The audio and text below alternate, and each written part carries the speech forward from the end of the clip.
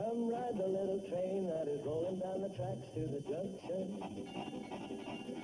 Forget about your cares, it is time to relax at the junction. Lots of curves, you bet, and even more when you get to the junction. Petticoat Junction.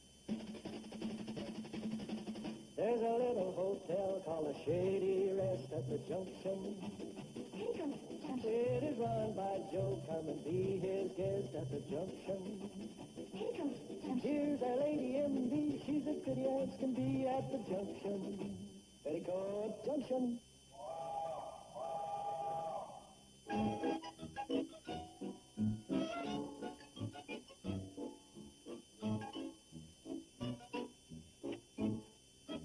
Well, I'm happy to announce my niece has finally drifted off to sleep. I said Kathy Joe's finally gone to sleep. Didn't you hear? I heard. Well, you didn't react. Really? She sure is a smart little thing. Mm-hmm. I said she sure is a smart little thing. I heard. You didn't react. Bobby Joe, I appreciate your babysitting Kathy Joe. Betty Joe appreciates your babysitting Kathy Joe. The whole world appreciates your babysitting Kathy Joe. But would you mind letting me concentrate on what I'm doing? All you have to do is ask. Consider yourself asked. Okay. One thing I don't want to do is speak to someone who doesn't want to be spoken to. I mean, far be it from me to impose myself upon a person, and that person is a person who doesn't want to be Bobby spoken to. Joe. Hey, as quiet as a mouse. Maybe even quieter than that.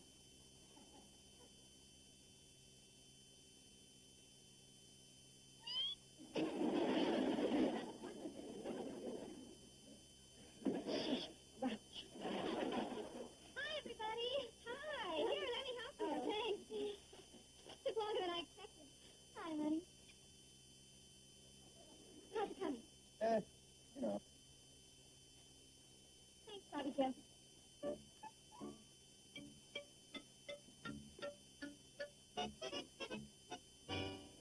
Now what? The least you could do is spare time for a kiss. For whom? Your wife. Oh, her, I kissed her. Big deal. You missed your face by that far. Well, I was working from a sitting position. And that's another thing. You didn't leap up and help her with her packages. That's right, I didn't. Why not? Because you did. And I was busy. And I'm still busy. And that's still another thing. You couldn't even take time out to discuss that with her. Bobby Joe, I think you flipped. I mean, I really do. I discussed it with her. She said, how's it going? And I said, whatever it was I said. Whatever it was, if, you know, to call that a discussion. Just wait till your marriage is like that. Like what? Like that. Rocky, ready to tip over any minute. Oh, what? Steve, I bought some more seeds for our vegetable garden. You want to help me plant them? Well, not right now, sweetheart. Yeah, I better stick with this. I'm tearing my engine apart, and I want to make sure I can put it together again. Okay. Now what? Couldn't you see she wanted you to say yes? She's dying to share that garden with you. Work side by side, hand in hand. Oh, well, hand in hand, we wouldn't get much planning done. Go ahead. Laugh it off. I just hate to see you end up with one of those marriages. Those marriages? How often do you tell her you love her, to adore her, to worship the ground she walks on, bless the moments you met? Well, it's not one of my daily statements. When was the last time you said I love you? Just that, I love you? When was the last time you said it? Oh, well, This morning. no. It was, Yesterday. no, it was, Not last week. no, Don't tell me last month. no, but you're getting warm. You're impossible. Bobby Joe, Betty Joe knows I love her. That's why we're married. That's why we have little Kathy Joe. I don't have to say it. It goes without saying. Understood. If I ever marry a man and he acts like you, I'll divorce him. And it'll serve you right.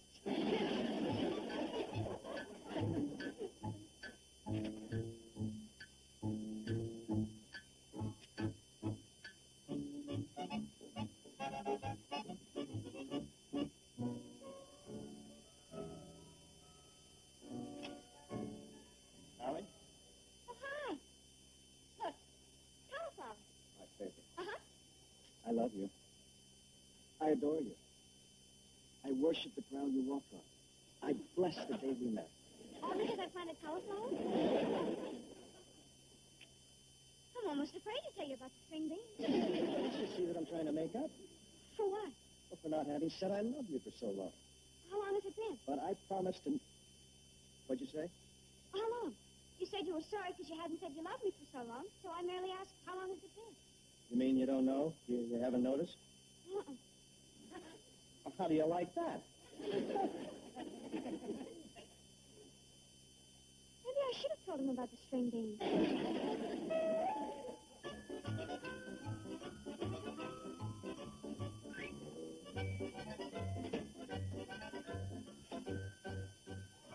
Oh, there you are. How did it go? Fine, just fine. Oh, I'm so happy to hear that. I think I'm going to get a real good crop of string beans and cauliflower. String beans and cauliflower? Is that all you're concerned about? Well, I would be concerned about radishes and Brussels sprouts, but I didn't plant any.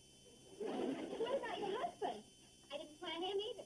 Hey, Joe, well, I'm making as much sense as you are. What are you getting at anyway? It just so happened that I told Steve that he wasn't paying enough attention to me. And then when I saw him head for the garden, well, oh, no.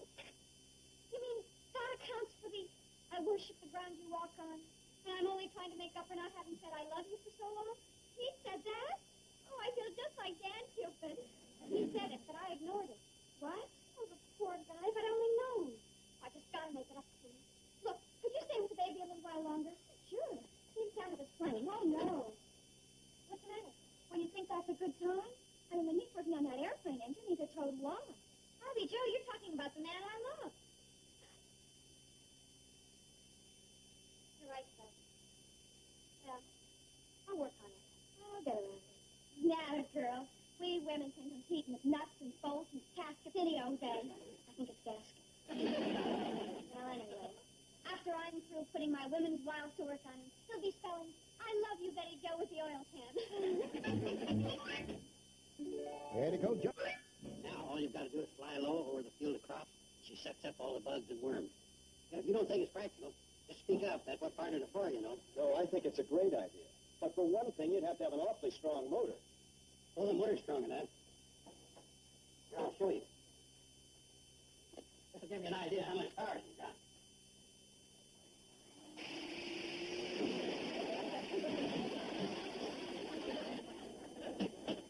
You didn't think she had any power.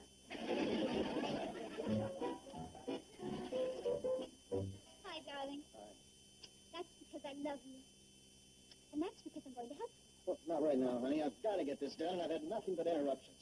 You're calling me an interruption? No, it's just that... Before we were married, you used to love to have me help you work on your plane. Well, that was different. In those days, I thought it was a kick to have a cute little grease monkey hanging around. So now I'm not cute anymore. I didn't say that. It's just that, well, you wore that jaunty little baseball cap, and Now I'm a dowdy old housewife. not a dowdy old housewife. I am. Honey, I haven't got time to argue with you. But I win. Okay, you win. That makes me a dowdy old housewife. Betty, just...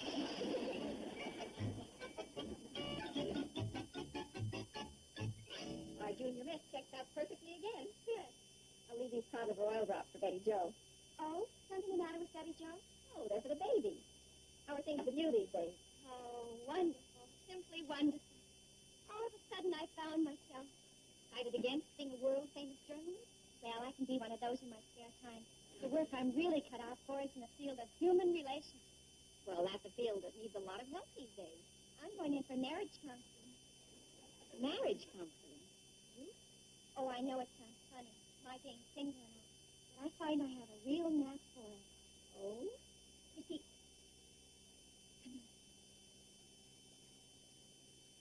I found this couple that really needed help. They've only been married a year and they have this cute little baby. That's how I came to know about the case. I was babysitting for Steve and Betty Joe and... Oh, I shouldn't have mentioned that. But you might have guessed anyway. Well, considering Steve and Betty Joe were the only ones around with a new baby, I might have made a lucky stab at it. So, you see, I sure did. You see, that's the husband, Steve, was starting to ignore her, taking her for granted. I set him straight. Steve, Kathy Joe, meddling can break up a marriage faster than anything. Oh, I know that. But he wasn't meddling. He was just plain ignoring her. Well, I certainly hope everything worked out all right. It sounds pretty serious to me. Oh, it was until I stepped in. Their marriage was hanging by a thread. Hi, Betty Jo.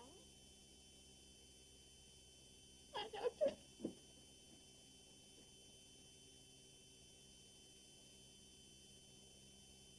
Looks like the thread broke. And then I said, do you really think I'm a dowdy old housewife? And he said, Molly, I don't know if I should be telling you all this. Why not? It sounds good. Besides, it's something that's just between Steve and me, and I think I should keep it in the family. I thought of the family. My family. What happened to togetherness? Well, that only applies to Steve and me. I think the less I... Sounds like a car driving out. Well, it sure did. But who in their right mind would drive here on that old, bumpy, washed-out road?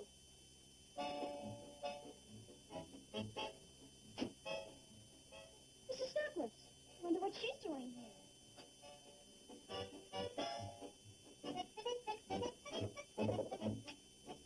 Hi, Mrs. Douglas. Hi. Oh, hello. Mrs. Joe, is this your house? Yes, it is. Good. I know the answer to the question. What question? Where am I? You mean you lost your way? I think so. Where are you going? Nothing. But how do you know you're lost? Because I never got there. You see, I don't drive. Isn't it a pretty place? Are you confused? Sure. She's company. Mrs. Douglas, if you don't drive, then... Well, that's right. Oliver always drives, because he says I'm too much of a scooter brain. But today we had a spit. A spit? You know, when he goes like... And I go like... That. Oh, you mean a spat. No, that's past tense. Now it is a spat, and it was a spit. That sure is a coincidence. Hmm? The same thing just happened to Betty Jo. Did Oliver have a spit this you? My goodness, he just can't get along with anybody. She had hers with Steve, and boy, was it a doozy. Bobby Joe, I don't want my problem to become a community project. That's right. And you have a fight with your husband, you must keep it absolutely secret, completely. That's what I think. I agree. When did it start? This morning. How did it begin? When he ignored her. What happened? Well, first of all, he... Bobby Joe. Sorry, I was just trying to keep the conversational ball rolling. Besides, maybe Mrs. Douglas can help. She's so sophisticated and worldly. Oh, I'm just a plain American farm guy. You've had experience. What happens when you have a fight with Mr. Douglas? Bobby Joe, you're so nosy. That's right, you're so nosy. But then how else are you going to find out anything? Well, when I have a fight with Mr. Douglas, I go to the beauty parlor, and I have a manicure, and I have a facial, and I have my hair done the works. And then I go to a dress shop, and I buy the most beautiful gowns. Oh, it's wonderful. Hey, Joe, that's what you've got to do. Oh, I couldn't. Yes, you could. I'll take care of Kathy Joe, and I'm sure Mrs. Douglas will give you a lift to town. Wouldn't you, Mrs. Douglas? Certainly. See? I don't know. Do you want to say to marriage? Come on. We'll get ready. Golly, I'm sure glad you came by. Well, I didn't do anything. Oh, yes, you did. The idea of going to the beauty parlor and getting all fixed up and buying a new dress, that solved your problem. It didn't solve the problem. That's what started it. Oh, my gosh. Oh, look. Let's not mention that part of it to Betty Joe. Petticoat Junction will return after these messages. Hi, sir. Oh, hi, Steve. I'll be with you in a minute.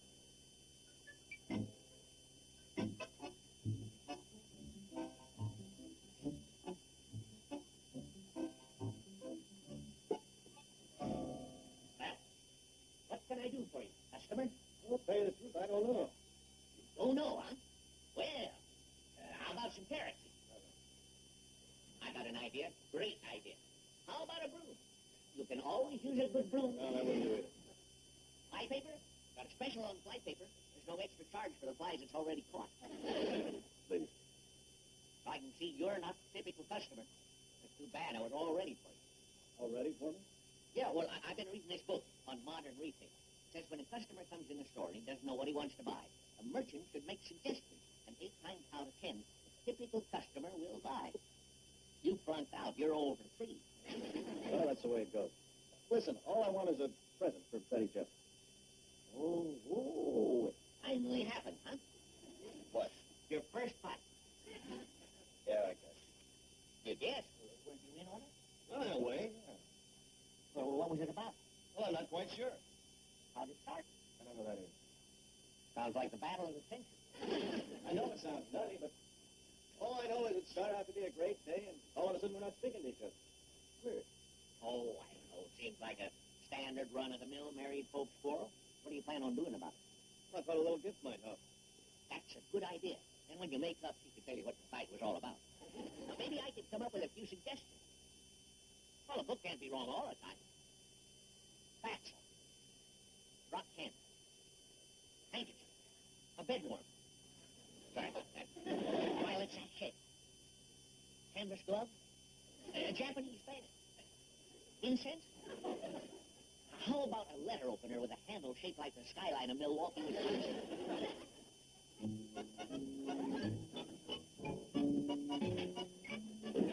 You're on your own.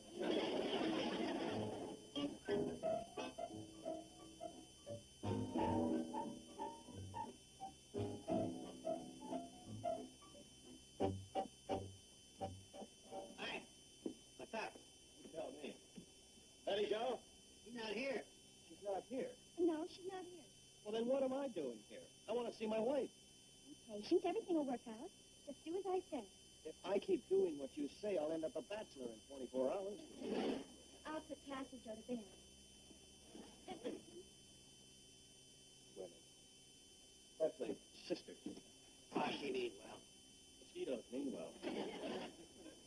What are you doing? Perfecting my new invention. To show you how powerful she is, just before you came up, I plugged her in. She pulled the dog dish and bone and all right into the back, halfway across the porch. You're putting me on. I'll show you. Dish and bone are still in the bag. Holy cow, that's more powerful than I thought. Oh, come on, Joe. You mean to tell me that... Look at me. You saw what I saw. Okay, now sit down, Bob. Everybody inside. Bobby Joe. Come on, hurry up. When Daddy Joe shows up, what I want you to do is... Bobby Joe, if you don't mind, I'd like to go down and meet my wife and make up with her and pick up the pieces if there's any left. I know. You think I'm meddling. Meddling? Where would I get an idea like that? Go ahead and say it. You think I'm a nosy, troublemaking sister-in-law. You do have a way with words. I know I was barging in where I didn't belong, but I didn't realize it at the time. Now I was just trying to make it up to you. Look, Bobby Joe, I apologize. It's just that, well, when it comes to Betty Joe, I feel that... Okay. What do you want me to do? Well, what I'd like for you to do is sing a song to your wife when she comes in. I'll go along with that. I'd tell you which song to sing, but that would be meddling. I'll wing it.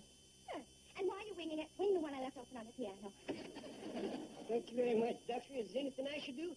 Yes, I'd stay away from that mule if I were you. Good idea. Mr. Garvey, don't leave now. You'll spoil her entrance. Sit down in. Is this the one? She'll love it. How do you know? My favorite song. Here she comes. Well, you have to respect this when the office is connected to a hotel. Last week we had 2 patients for dinner, and one of them liked it so well he stayed over for breakfast. Here, Steve.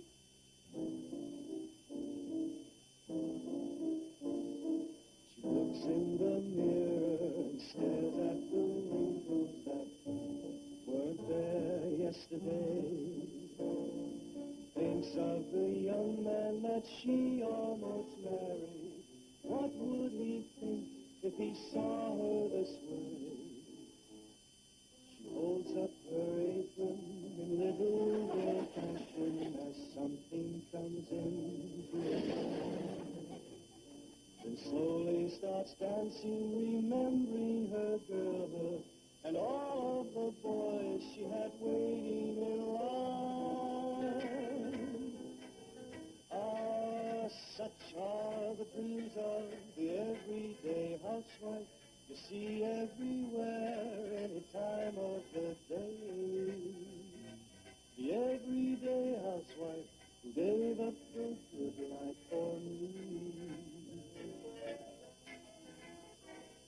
The photograph album she takes from the closet and slowly turns the first page and carefully picks up the crumbling flower, the first one he gave her, now withered with age.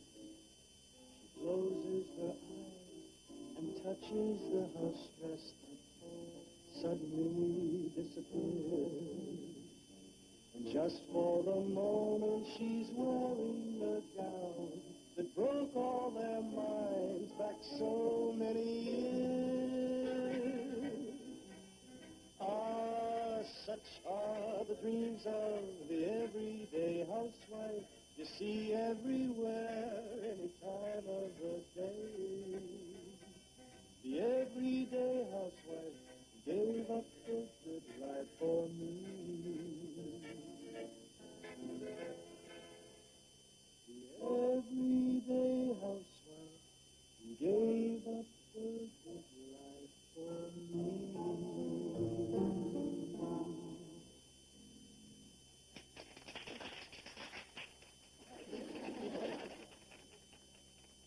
Not done. Not done. You look gorgeous. Absolutely gorgeous. Thank you. But I still prefer you in this.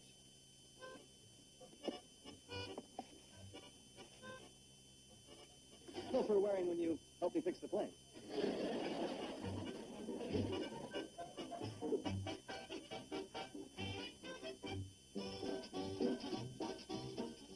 Tomorrow is Sunday, and that means you get a double dose of Ed Sullivan variety with singing sensations The Righteous Brothers and The Lovin' Spoonful, and comedians Alan King and George Carlin.